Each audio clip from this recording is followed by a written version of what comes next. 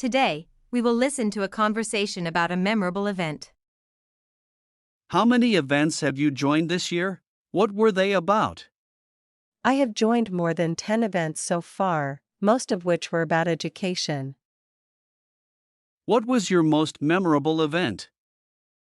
The most memorable for me was an international study conference, in which I was introduced to some famous universities in Europe to study overseas. Was it organized indoors or outdoors? It was an indoor event. Who sponsored the event? The event organizer was the Education Department of American Center, but the universities introduced in the conference were the ones who paid. Who went to the event with you? I went there with my friends, who shared the same interest in studying abroad as me. What were some performances in the event?